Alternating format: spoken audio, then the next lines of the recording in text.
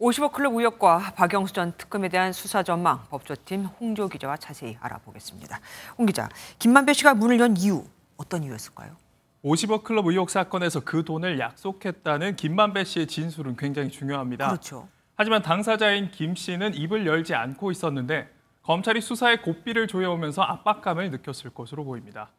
박 전 특검과 양재식 변호사, 우리은행에 대한 압수수색에 김 씨의 진술까지 더해지면서 박 전 특검은 이번 사건과 관련해 세 번째이자 1년 5개월 만에 검찰에 출석하게 됐습니다. 그런데 박 전 특검은 사실 대통령하고도 그렇고 법무부 장관하고도 그렇고 특별한 인연이 있잖아요. 그런데도 가장 먼저 지금 수사 대상에 올랐습니다. 그 이유는 뭘까요?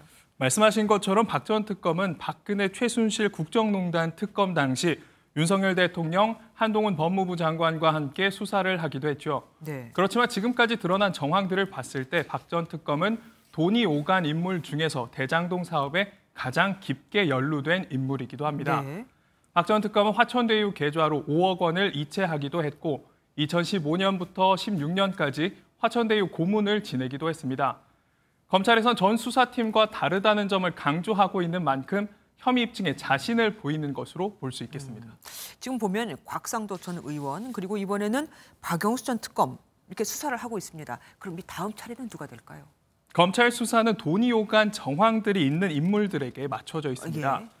아들의 퇴직금을 받은 곽상도 전 의원, 고문료 등을 받은 박 전 특검이 있었는데요. 두 사람 외에 검찰은 김만배 씨의 범죄 수익 은닉 사건으로 거액의 수임료를 받았다가 돌려주면서 압수수색을 받은 변호사와 관련된 김수남 전 검찰총장을 주목하고 있습니다. 검찰은 우선순위를 두고 있지는 않다고 했지만 법조계 안팎에선 그 다음 대상으로 김 전 총장이 될 수 있다는 관측이 나오고 있습니다.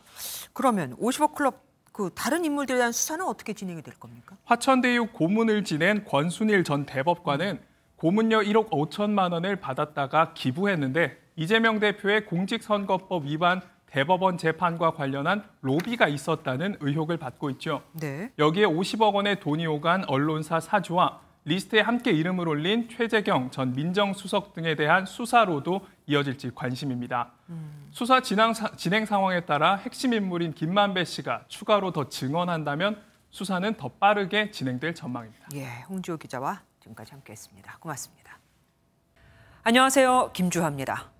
공정하고 신속한 MBN 뉴스 유튜브를 통해서도 만나보실 수 있습니다. 특히 더 많은 뉴스와 라이브를 보고 싶으시다면 오른쪽을 눌러서 구독하시면 됩니다.